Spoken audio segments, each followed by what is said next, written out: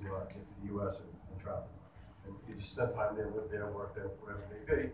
So we've made a major commitment to be in this market, and we want to really get the message clear out there.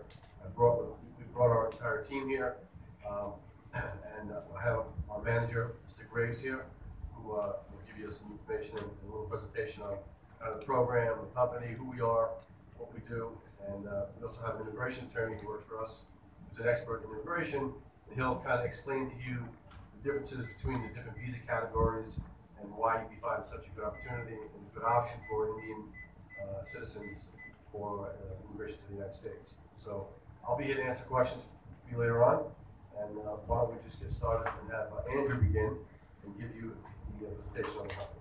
Okay? Thank you. Thanks, Nick. Can everyone hear me okay? So I'll just stand up. What we're going to do today, we're going to walk you through exactly what EB5 is, the history of EB5, and then we will tell you a bit about U.S. Immigration Fund, and I'll refer to it as USIF. And then we'll talk,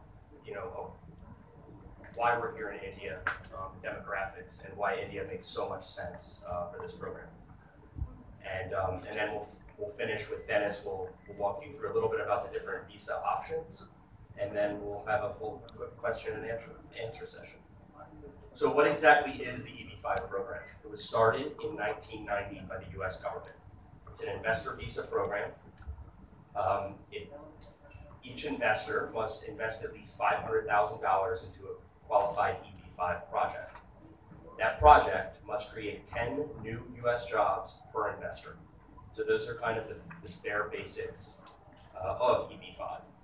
It's been a very successful program over the last 10 years, especially. Again, it was started in 1990. It was used seldomly, but up until about 2008, only a few hundred a year were used across the globe. During 2008 and 2009, for many different reasons, the program grew exponentially, upwards of 2,000%. And there's many different reasons for that, one of them being the global financial crisis and other geopolitical risks evolved as well.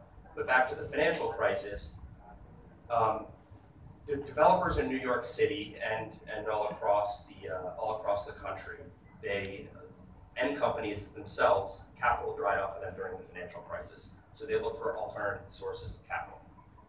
That's originally how we got started, and that's how many of these people got started. Now, today, EB5 is used in almost every single major real estate project in New York City and beyond. I'm referring to New York City because that's where we primarily operate. But again, this can be used across the country and in any different industry. It works very well for real estate because of the job creation number, which is a crucial element to this overall program. Different reasons why people may want to immigrate to the U.S. Of our clients, and we've worked with over 6,500 or around 6,500 investors, around 70% of them do this for education purposes, for their children or for themselves. So in India, it is the second largest sending country for U.S. universities, right behind China. So for educational purposes, it makes complete sense. It's easier to get in school if you have your overall residency, and college, you can actually save upwards of $88,000 on average of the top 25 schools if you're a U.S. resident and attending colleges. There are many other reasons. Can we switch back to that previous slide, please? Thank you. Healthcare in the U.S. is the best in the world. The opportunity for investing, opportunity for growing your business is also quite large. Environment is clean as can be. You can travel, if you have a U.S. visa, you can travel to, visa-free travel to over 155 countries. And that really sums it up. But there's two kind of elements on why India makes so much sense for us. One of them, education. The other one, the current H-1B environment, which Dennis will get into later. But the H-1B environment is getting tougher and tougher in the United States. The current administration, the current Trump administration, has made it tougher for companies to utilize the H-1B program like they have in the past. And coincidentally, India accounts for 70% of the entire H-1B, of all H-1B visas. Last year, there was over 110,000 H-1B visas issued to Indian citizens, California as well. We are an authorized U.S. government entity, and we are authorized to pool EB5 funds and invest those funds and create jobs on behalf of our investors. So we oversee and put together these EB5 investment opportunities. That's our primary goal. It was founded back in 2008 by our chairman here, Mr. Nick Mastriani. His son is President Nick Mastriani, and I am heading operations here in India. We are one of the largest, if not the largest, regional center by number of investors. We have a 100% success rate on all adjudicated projects. There's probably no other regional center out there that has the projects that we do. So you want to go with a reputable regional center. We also have a back office of over 50 employees that are investor relations, that are in legal departments, from Harvard Law School. Our COO was formerly COO of Burger King. We just have a very strong roster of employees.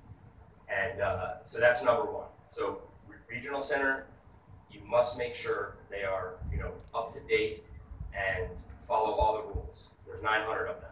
We are, we know we are the best. There are some other good competitors out there, but we know we are the best.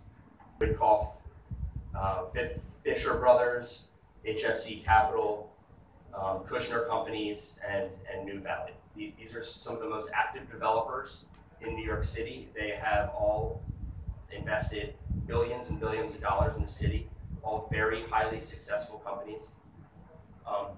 We have developers come to us every single week to raise money for them because we are the gold standard in EB5. Developers want to utilize EB5, so they want the best people out there to represent them and go raise money for them.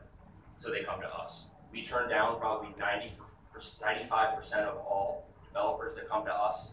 We turn them down because we only work with the best. We only go in projects that have senior financing already in place with top banks like JP Morgan, BlackRock, SL Green.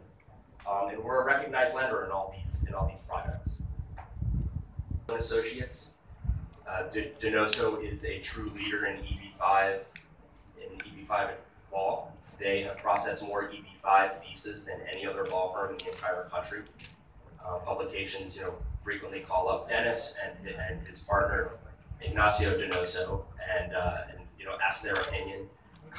U.S. Congress comes to us to ask us how we think the program can be changed for the better.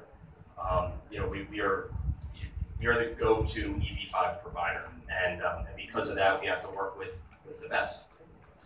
Our investor reporting is state of the art, so we're like, we're in many ways we're like a bank, we're like a large asset management firm. We have many clients, and we have to keep strong organization of these clients. Every client is different. Every client has their own unique situation, and we have institutionalized our investor reporting, where we have quarterly, if not monthly, updates to our investors on how their investment is coming along, the construction process, milestones that they hit with funding and sales of condos, leasing of commercial office space, and with that, we have an investor portal where each investor, they have their own unique login, where they log into our website and they have their own profile, and they get their quarterly reports for the specific investment that they hotel, which is a Marriott brand in West Hollywood, and then we have done a number of projects in Florida. We financed some of the most impressive buildings in New York City, especially new developments all around Times Square, West 57th Street by the Durst Organization, EB5 6th Avenue, where Nike's New York headquarters just moved in, the Charles. These are all Class A, super high-end New York City real estate projects that have all been highly successful. We've also done a number in New Jersey with the Kushner Companies. Our 7611 project that we're currently in the market with in India. And we tend to introduce projects. We tend to have at least one or two going on at this, or two or three going on at the same time. and we're constantly introducing new projects just on the sheer volume that we have to process. These projects tend to fill up within 3 or 4 months. Here is a picture of our 7611 project. We won't get into details on it. It would take another hour, but it is going to be it's going to be one of the best new projects in New York City. It's an entire city block right on the High Line, which is a new park that New York City opened up. It's gaining tremendous momentum, showing them the progress on 7611 and whatever other project that they may have chosen. But yeah, Indian investors are extremely thorough. They're probably more thorough than our Chinese investors. We think that's a good thing because they really care about what they're investing in. My name is Dennis Patani. Thanks for being here.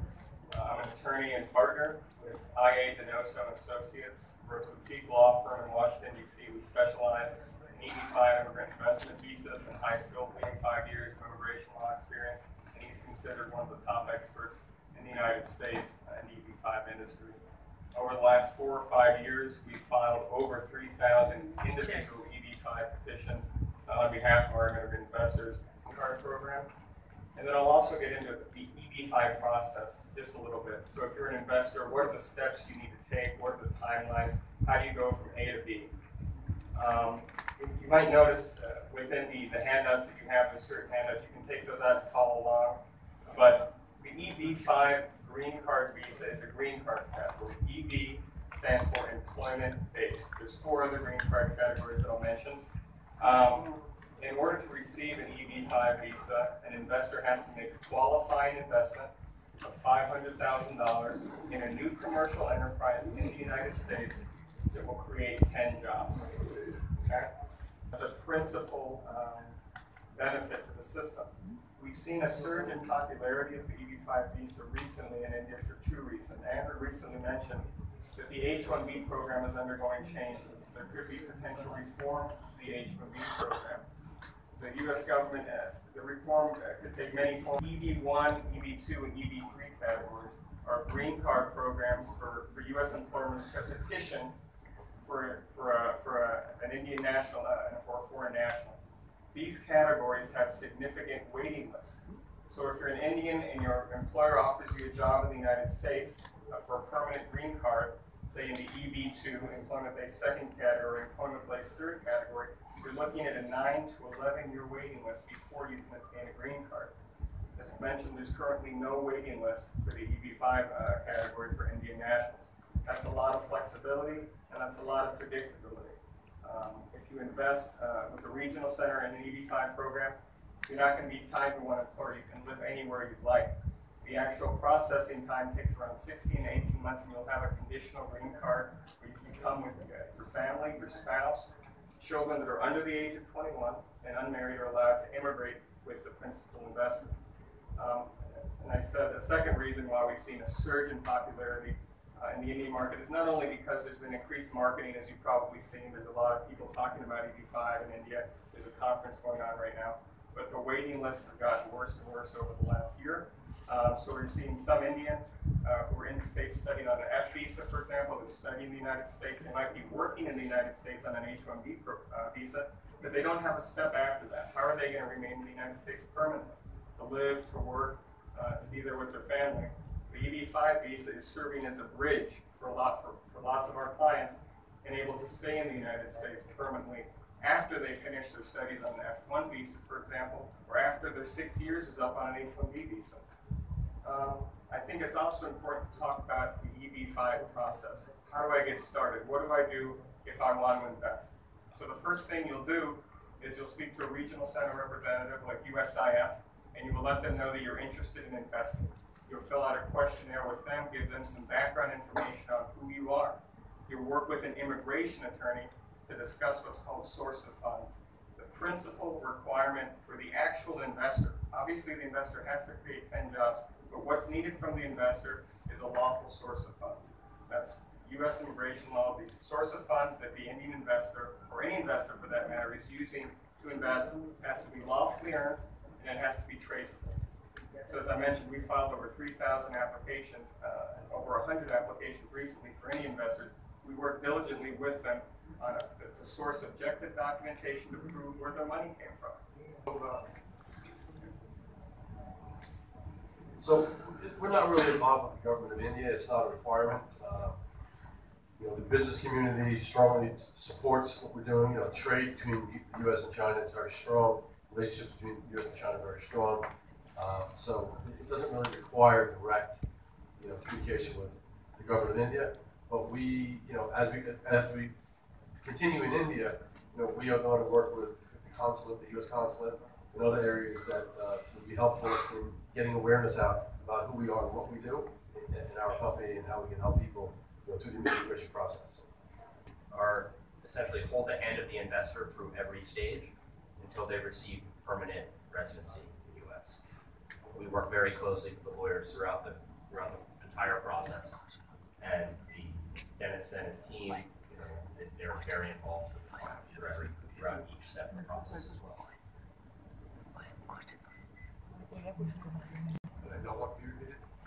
Actually, we've been very successful in China, and it really starts out in how we select projects and really kind of how we market and how we work with people and families individually, because really it's all about your family, your principal investor, the parents, the children, and we kind of pride ourselves on taking care of our investors and making sure that their funds are safeguarded, they make a good investment into a good project, and they get their money back. So we've been full cycle. We've loaned money out on 24, 25 projects. We've been repaid on several projects already, and we've either reinvested or returned money to investors. So we've been the entire cycle. We really haven't had any bad experiences in China at all. It's actually been very, very, very positive throughout the entire process. So we're kind of modeling the Indian program and how we operate in India, very, very similar to how we operate in China, because there are so many similarities, and the goals are really the same. Most people invest for their children. Right? 2/3 children, students, and about 1/3 families. So we understand what their needs are. We want to make sure that they're safeguarded throughout the entire process, and that their money is safeguarded throughout the entire process. Generally, don't take that because it would be a problem in your petition. It's just and that's just the way it is. So we really haven't had any issue with it. How you rectify that? Who is right and wrong?